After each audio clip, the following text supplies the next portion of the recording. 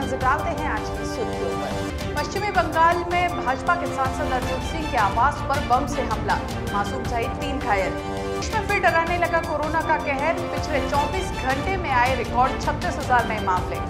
Corona के बढ़ते मामलों को देखकर प्रदेश में गहलोत सरकार का बड़ा फैसला, कक्षा 1 से 5वीं तक के बच्चे होंगे प्रमोट। लापरवाही बरतने और देर से आने वाले कर्मचारियों की अब खैर नहीं, जिला उपखंड और तहसील के कार्यालयों का किया जाएगा औचक निरीक्षण।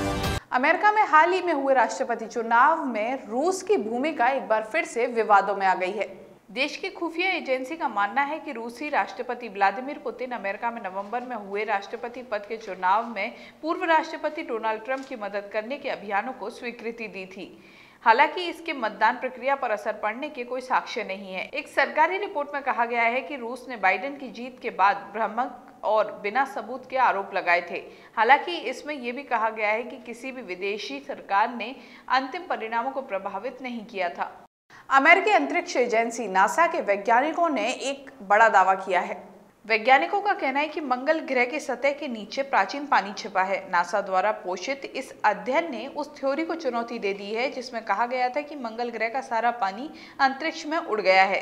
कैलिफोर्निया इंस्टीट्यूट ऑफ टेक्नोलॉजी और नासा के जेट प्रोपल्स लेबोरेटरी के वैज्ञानिकों का अध्ययन साइंस जर्नल में प्रकाशित हुआ है। इसमें दावा किया गया है कि मंगल ग्रह पर मौजूद 30 से 99% पानी ग्रह पर मौजूद खनिजों और उसकी सतह के भीतर मौजूद है। बंगाल में चुनाव नजदीक है, ऐसे में वहां पर हिंसा की घटनाएं लगातार बढ़ती नजर आ रही हैं। पश्चिमी बंगाल में भाजपा के सांसद अर्जुन सिंह के आवास के पास बम से हमला हुआ है, जिसमें 3 लोग जख्मी हो गए। उत्तर 24 परगना के भाटपारा के जगदल इलाके में हुई इस घटना को लेकर अब भाजपा चुनाव आयोग जाने की तैयारी में है। भाजपा के राष्ट्रीय उपाध्यक्ष मुकुल रॉय ने कहा कि भाजपा इस मामले को लेकर चुनाव आयोग जाएगी। इस हमले को लेकर भाजपा सांसद अर्जुन सिंह ने दावा किया है कि करीब 15 स्थानों पर बम फेंके गए और पुलिस द्वारा लगाए गए सीसीटीवी कैमरों को 3 लोगों और उनके सहयोगियों द्वारा तोड़ दिया गया। उन्होंने कहा कि उनके आवास मजदूर भवन के पास दर्जनों बम से हमले किए गए। चलिए एक नजर बंगाल चुनाव पर डालें तो पश्चिमी बंगाल की मुख्यमंत्री ममता बनर्जी ने अपना घोषणा पत्र जारी कर दिया है। मुख्यमंत्री ने अपने 10 साल के कार्यकाल की उपलब्धियां गिनाई। उन्होंने कहा कि 100 दिनों के काम में बंगाल देश में नंबर 1 बन गया है। टीएमसी सरकार ने जो काम किया है उसकी पूरी दुनिया ने तारीफ की है। 47 लाख परिवारों को नल का पानी पहुंचाया है। राज्य में 1.5 करोड़ लोगों को मुफ्त राशन दिया है। उन्होंने कहा कि हम बेरोजगारी को कम करेंगे। भारत में कोरोना वायरस का खतरा एक बार फिर से तेजी से पैर पसार रहा है। कोरोना किस तेजी से अपने पांव पसार रहा है इसका अंदाजा इसी से लगाया जा सकता है कि आज इसने इस साल के सभी रिकॉर्डों को तोड़ दिया। स्वास्थ्य मंत्रालय के मुताबिक पिछले 24 घंटे में कोरोना वायरस के 35,871 नए केस सामने आए हैं। वहीं 172 लोगों की मौत हुई है। वहीं एक्टिव केसों की संख्या 2.5 लाख पहुंच गई है। कोरोना वायरस से 1,59,000 लोगों की मौत हुई है। देश में संक्रमितों की संख्या 1,14,74,302 हो गई है। राजस्थान सरकार ने कोरोना वायरस के बढ़ते हुए मामलों को देखते हुए प्राइमरी स्टूडेंट्स को राहत दी है। अब कक्षा 1 से 5वीं क्लास तक के करीब 40 लाख बच्चों को एग्जाम नहीं देने होंगे। इन स्टूडेंट्स को बिना एग्जाम के ही अगली क्लास में प्रमोट कर दिया गया है, जबकि 6वीं और 7वीं की परीक्षाएं 15 अप्रैल से करवाने के फैसला किया गया है। शिक्षा विभाग की ओर से इस संबंध में आदेश जारी किए गए हैं। आदेशों के मुताबिक कोविड-19 से उत्पन्न परिस्थितियों को देखते हुए कक्षा 1 से 5वीं तक के बच्चों को स्माइल 1, स्माइल 2 और आओ घर से सीखे कार्यक्रम के तहत किए गए आकलन के आधार पर अगली क्लास में प्रमोट किया गया है।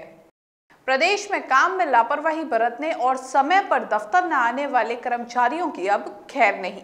प्रशासनिक सुधार विभाग ने दिशा निर्देश जारी किया है। दिशा निर्देशों के तहत जिले, उपखंड और तहसील स्तर के सरकारी कार्यालयों का औचक निरीक्षण किया जाएगा। अब जिले, उपखंड और तहसील स्तर के कार्यालयों में भी औचक निरीक्षण के दिशा निर्देश जारी किए गए हैं।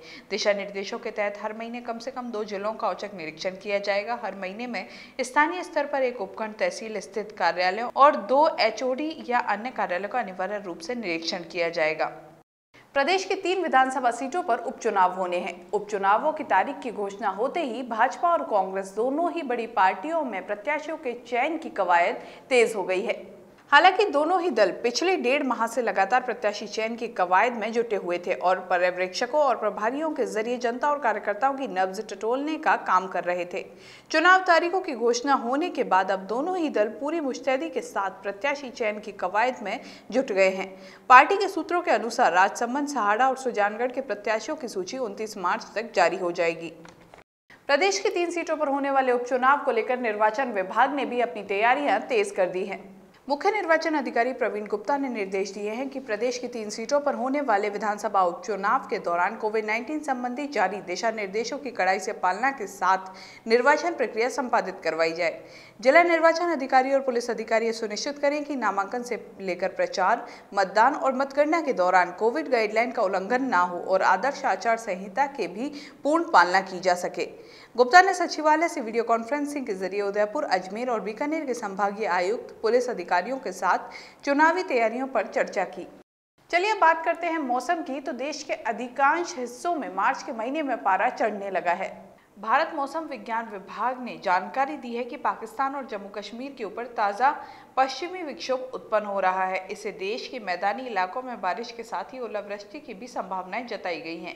राजस्थान में भी पश्चिमी विक्षोभ सक्रिय है। प्रदेश के 10 जिलों में मौसम बदलने की संभावना है। मौसम विभाग ने इन 10 जिलों में मेघ गर्जन के साथ हल्की बारिश के आसार बताए हैं।